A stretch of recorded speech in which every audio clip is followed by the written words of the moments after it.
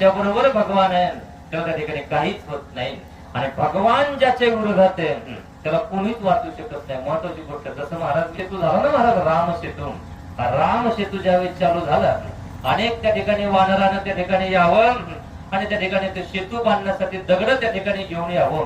पुढे त्या ठिकाणी भली मोठे त्या ठिकाण मोठाले पर्वत अशा पद्धतीने घेऊन यावं. आणल्याच्या नंतर पाण्यात टाकले की ते बुडायचे. आता हनुमंतरायाने शक्कल लावली महाराज दगड आणलं की त्याच्यावर राम नाव लिहावं, दगड आणलं की त्याच्यावर राम नाव लिहिलं की दगड चालायचा. ते कोणी पाहिलं? रामानं पाहिलं. राम त्या ठिकाणी सर्वांची नजर चुकून जवळ आला आणि येऊन त्या ठिकाणी एक दगड घेतला महाराज. इकडे तिकडे पाहिलं कुणीच नाही. दगड घेतला पाण्यात टाकला असा बुडाला. रामाला वाटलं मोठा दगड असेल, छोटा घेतला महाराज. छोटा घेतला टाकला असा बुडाला. अजून एक छोटा घेतला महाराज, छोटा पाण्यात टाकला असा बुडाला. पाठीमागे पाहिला हनुमंतराय उभा आहेत.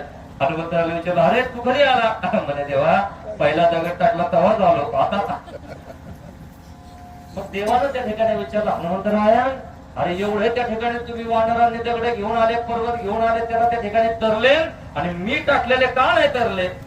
ऐका बरं हनुमंतरायाचं उत्तर देवा हो निर्जीव दगड तरले त्याला कारण काय माहितीये?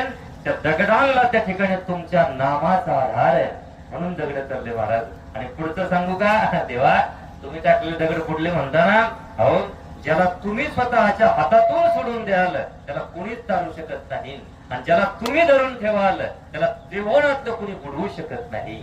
महत्वाची गोष्ट आहे महाराज. म्हणून त्या ठिकाणी देव ज्याला त्या ठिकाणी जवळ करतो त्याला कुणी मारू शकत नाही. 5 पांडवापैकी एकही मेला नाही आणि 100 पैकी महाराज एकही जगला नाही.